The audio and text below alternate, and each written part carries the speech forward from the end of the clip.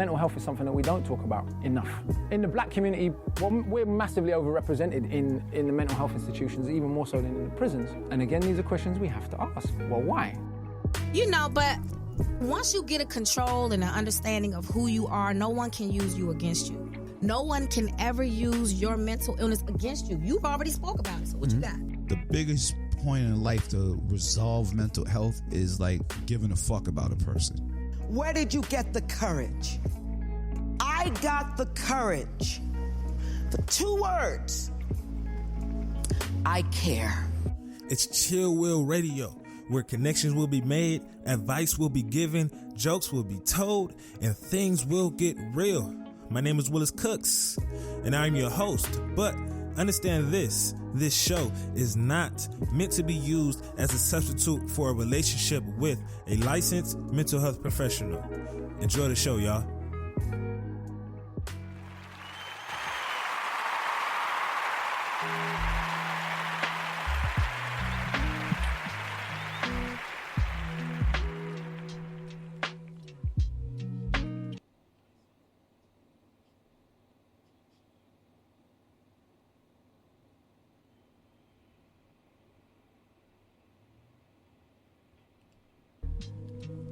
What's going on, everyone? Sheesh. First of all, I know it was silent and it was blank in the first few seconds of it, but I wanted to use that moment to just kind of, I guess, take a quick little second of silence for Kobe Bryant and his daughter. I don't know how to pronounce her real name, so I'm gonna say Gigi. I don't know how to pronounce her legal name, but I don't know what I'm gonna do for the show. Like this, and I'm gonna just tell you now. This show might consist of some rambling. This episode might consist of some rambling. This episode might consist of me going off on tangents. This episode might consist of a few things because, in all honesty, I don't want to be here and be doing this right now. Like I don't. Like. It's death is interesting. Death is interesting, and I've always been that type of person who never really handled death well. I've always been the person to sit back and not deal with death. And the older I'm getting, the more I'm dealing with death. And when I say dealing with death, I mean actually, when I mean by dealing with death, I mean actually being able and allowing myself to actually understand my own feelings when it comes from it. I spoke about this before on the show, but when my mother passed away, I did not deal with that death at all. She was in the hospital for about 2.5 months. I did not go. When she had a funeral, I did not cry. When she got buried, it took me 10 years to go see her. And I avoided that, like, on every single, like, level, possible level. And as a therapist, a lot of people think therapists have the answer to everything, especially when it comes to their own problems and when it comes to their own issues. A lot of people forget that therapists need, obviously, therapy too, but it is hard for a therapist to take therapist advice. And one of the things that I have always struggled with, particularly when it comes to therapy, is grief and loss. A lot of therapists, we have certain specializations, right? Me, the population that I absolutely love working with is young men and teenagers and adolescents, right? But the population that I can't work with is individuals who are grieving. Because I would sit there and I wouldn't even want to say listen, because I'm so focused on trying to figure out what to say next that I miss certain things that they're saying, because I understand that I don't know what to do to help them out, because I haven't even been able to deal with grief on my own, right? And it leads me to a point of wondering, when it comes to death, how have you been able to deal with it thus far? Because since Mother's Day last year, and I said this on the show a few times, but since Mother's Day of last year, someone close to me has either died or someone close to like a friend of mine has died. And this has been happening consistently at least once a month, every month since Mother's Day last year. Last month, suddenly but suddenly my supervisor at work died. Yeah, one of my supervisors at work died. And I was really close with her. She was the one I did my interview with. She was the one that hired me. She was the one that spoke so highly of me when it comes to other people. Hell, I think she's the one that had my back so many times when I be acting a fool at the job, because I do what I want sometimes, right? Because I be in my head, I be thinking I'm Willis, I got this and whatnot, but... And then we have today, right, with the death of not only Kobe Bryant, but the death of his daughter, and also the death of other people who were on the helicopter. And for me, I've accepted death. And I was telling Didier this before, but for me, I've accepted death. I understand that death is a part of life. We are all going to die. There's going to be a certain point to where our loved ones will die, or we may die before our loved ones, right? We are going to grieve someone, and someone will be grieving us. It's a part of life. And the one thing that comes a part of it is, no matter what, life is going to continue moving. When that helicopter crashed in someone's backyard, someone's neighborhood, people were still living their lives. We have no choice but to still live our lives. Once I've gotten wind of, what happened to Kobe, I was stuck. However, in the back of my head, I was like, Willis, I was at work. I was like, Willis, you still have to do these notes.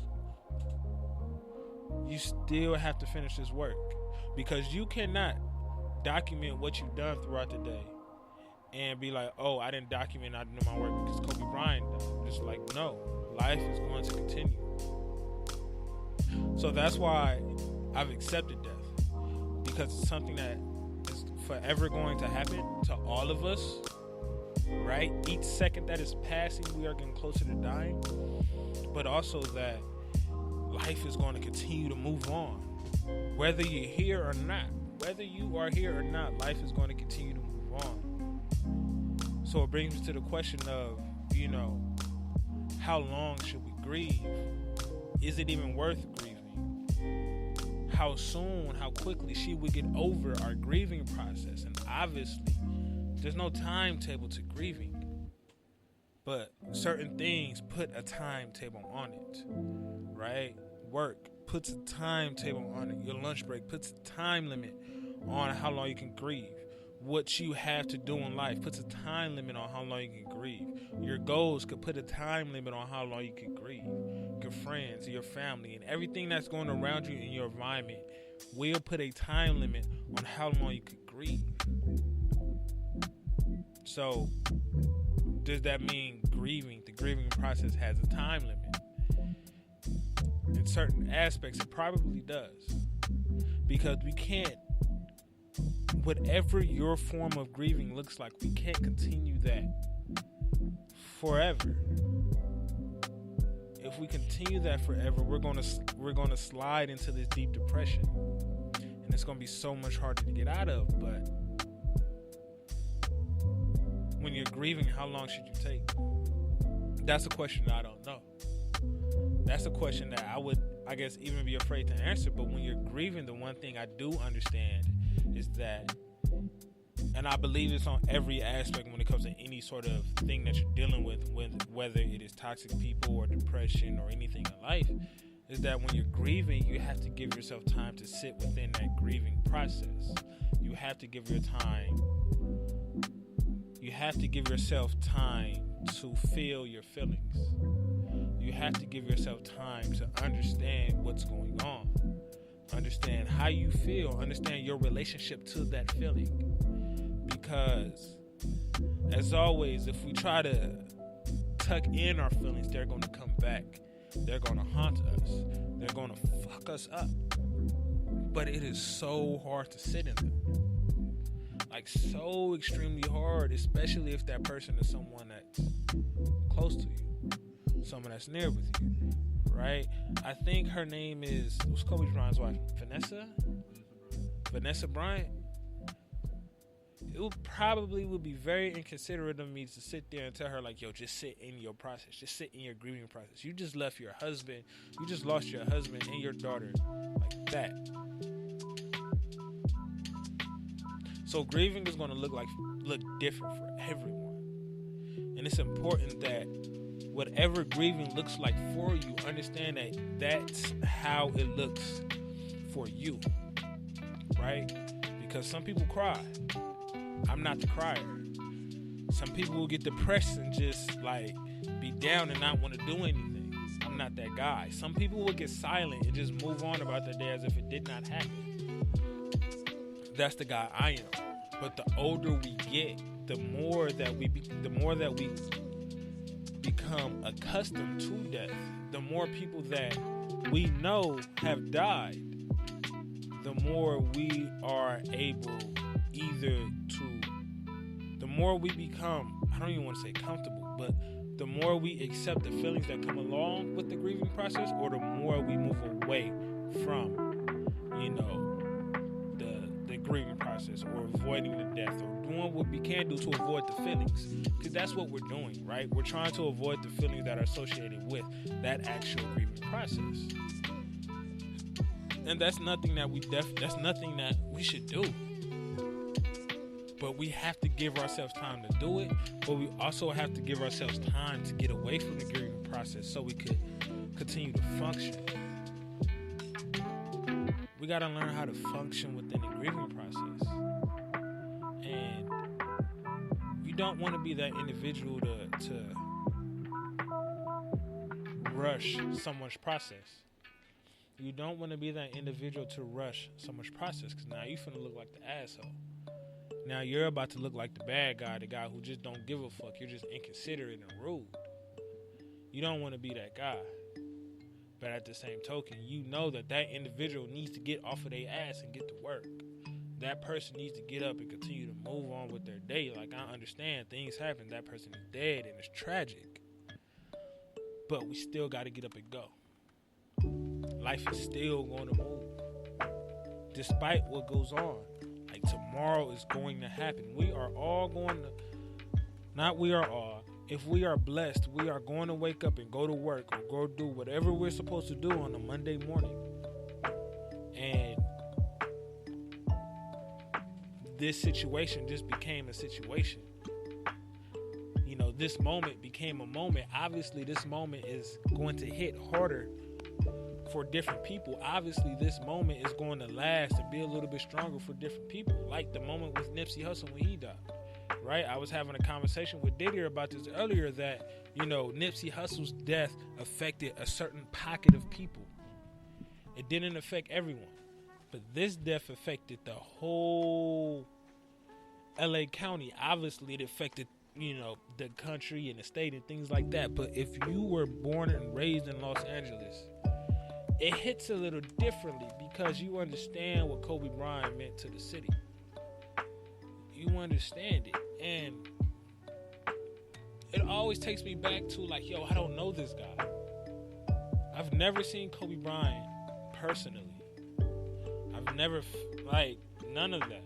And in all honesty, I wasn't even like the super duper Kobe Bryant fan. Like, Allen Iverson has always been my favorite player. Allen Iverson has always been my favorite player. However, if he was to die, I don't know if I will be affected by the death of Allen Iverson like I am from Kobe. And it makes me think about why. What was that person doing, or how was that person able to make an effect on my life? Even when I believed that I did not care about, him that much, right? He was the GOAT when it comes to basketball, of my lifetime. He was the greatest player of my lifetime. Kobe Bryant was, but it goes further than just basketball. It goes into the mentality of continuing to go, the mentality of working hard. And when it comes to his death, it makes me think of that. How is that mentality going to continue to be pushed through certain people? Because that's what he left, right? That Mamba mentality, that ability to continue and then go for the kill. Work your ass off. Work. Work hard, perfect your craft, go for the kill, go be the best. Don't go for number 2, go for number 1. How is that person's energy going to continue to live within a lot of our lives? That I don't know. But how will you let that person's energy affect your life? Are you going to take this death? Are you going to take his death as a sad moment, get up and go on about your day and not give yourself time to actually grieve and feel the process? Because that's what, and I think that's kind of where I'm getting at right now, is just understanding that when life is going to go by regardless, if we sit with the issue or not, if we sit with our feelings or not, life is going to continue to move regardless. Whether we improve or not, life is going to continue to move. Whether we deal with this grief, life is going to continue to move. No matter what it is, life is always going to continue to move. Always. It's never going to stop. So why are we doing a disservice to ourselves by not allowing ourselves to feel the feelings so we then can get over and push through those feelings that are enabling our perfection, so to say? Because life is going to move on regardless. Are you moving with life, or are you going to let life move past you and now you're playing catch up? So within this moment of the death of Kobe Bryant, and within this moment of grieving, and just within this moment of death, the biggest thing that's important with everything is just to sit with your shit. The energy that you're going to feel. Because the cold part about things, especially as you get older, you start to think about your personal relationship with that person. You start to think about the last text message. You start to think about the last time you shook that person's hand. You start to think about the last thing you said to that person. You start to feel and visualize those moments, right? You start to look at, the text messages with Instagram. And I still feel like this is eerie to this day, but like, we are going to go on Kobe Bryant's Instagram page and look at his comments. Look at the things that he posted. Well, I don't know if he posted it, but like, you know what I'm trying to say. We're going to look at those things.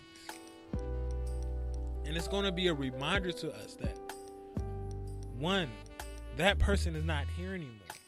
But also, two, life is going to move on with that person or not. So what are you doing with your life now? Because life is going to go regardless. 2020 is here. 2021. I said it right. 2021. Gosh, that sounds weird. That next year is going to be here regardless. Tomorrow is going to be here regardless. Everything that you're trying to do, whether you die today or not, it's going to be here regardless. And a lot of the times we think like, oh, well, ain't no point, especially if you're severely depressed. What's the point of continuing to living if I know I'm just going to die anyway?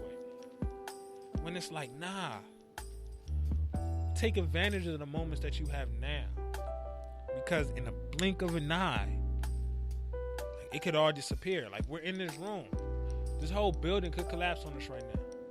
And it could be a wrap. Have you done something or one thing within your life that is meaningful, that you could be able to be proud of, I guess, when you pass? And I don't want to get into like, oh, how are people going to remember you spill and all of that stuff, but how do you want to remember yourself if you had the ability to remember yourself? If that makes sense. Because we don't want to allow life to get past us. And in many regards, it will. Especially when we're just going with with the flow of things. And when we're just going with the flow of things, we never are able to feel what happens. We're not mindful. We're not cognizant of that person in front of us, of this moment, of whatever is going on. We're just there, just going with the flow. And then when something as tragic as this happens, when people experience death, as tragic as this, that's going to give you the extra push you need to just be like, fuck it. Because how can you continue to move forward within this situation? How can you continue to move past this situation? The cold part about it is, we probably will never ever be able to get over death. Never. We probably will never ever fully get over like the fact that someone died. That grieving process, it will forever be a process. It will forever be a journey. And we try so hard to get over it. We try so hard to get past it. Fuck it. Maybe you're just supposed to be in it for a long time. Maybe you're not just supposed to be in it for a minute, but maybe you're supposed to be in it for years. Maybe you're supposed to be grieving over this person for a while. Because we all have people within our lives that we are still grieving over. Whether it be a boyfriend, a girlfriend, a mother, father, husband, wife, brother, a very, very close friend. We are all still grieving over someone despite how long they have passed. But how were you able to function within that grieving process? And I'm telling you now, the more you continue to avoid those feelings, the longer it will take.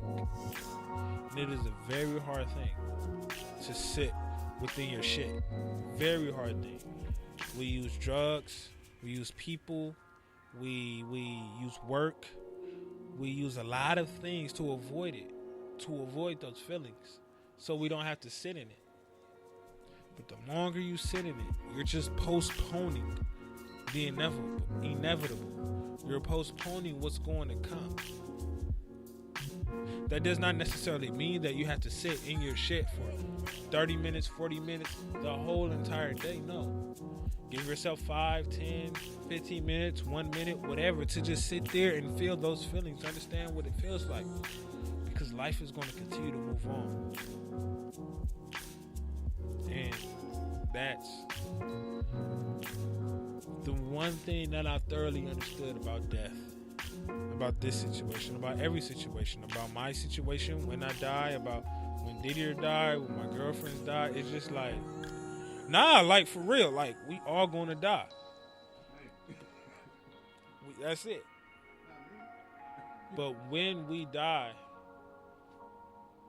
and when life continues to move forward, how are you going to function within that grieving process? And to me, that's what's most important. How are you functioning within that? That does not necessarily mean you have to give up and disregard and say fuck it. But no, feel those feelings so you can be able to function, because life is going to move forward. Vanessa Bryant, she's going to have to continue to get up and work. She's going to have to continue to feed the mouths that she does have. She's going to have to continue to do everything. When let's say if you were to die, your family is going to have to continue to do what they have to do. Despite if someone goes to jail, my life has to continue to live despite you going to jail. Regardless, things are going to have to continue to happen. But the longer you avoid a situation, the harder it will come. So, I know that was a very, very long tangent. But I guess amongst everything, the one thing I want a lot of us to understand, and there's no self-care piece, there's no initial topic for this show. It's, I guess, just me getting my thoughts out. But the one thing I want all of us to understand is that life is going to continue to move. That's not wrong. That's not me being inconsiderate. That's not me being rude. That's just a cold, hard fact. Life is going to continue to move. When it does continue to move, let's be mindful of how we're moving with life. Let's be mindful that we are giving ourselves time to grieve, that we are giving ourselves time to sit with our feelings, that we are giving ourselves time to heal and to cry and to be sad and to be mad and to be angry and to be all of these negative and I put negative in quotes because these are emotions that are essential to our personal well-being. But let's be mindful to these quote-unquote negative emotions. Let's sit within these quote-unquote negative emotions, because these emotions are only negative if we begin to hide them. If we allow that anger to come out and we facilitate it in a proper manner, then that anger is positive. So is the sadness, so is the grieving, so is the vulnerability, so is anything. So let's be mindful of how we're feeling. So when life continues to take its course, so when life continues to move forward, life doesn't pass us by. We don't look up and be like, damn, I've been in this depressive state for 5, 10, 15 years. Let's take what we have to take, move how we have to move, sit how we need to sit, for however long we need to sit, and just feel that energy. Feel those feelings. Cry if you need to. Punch a wall or a punching bag if you need to. Throw stuff away if you need to. Cut your phone off if you need to. Go on a walk and just get away from society if you need to. Do whatever you need to do. So life doesn't do what it has to do to you, just so you could get back on your feet. Okay? So as always, y'all, man, understand, ain't no wealth without your mental health. So please stay blessed. Take care of yourself. Be great, y'all. Peace.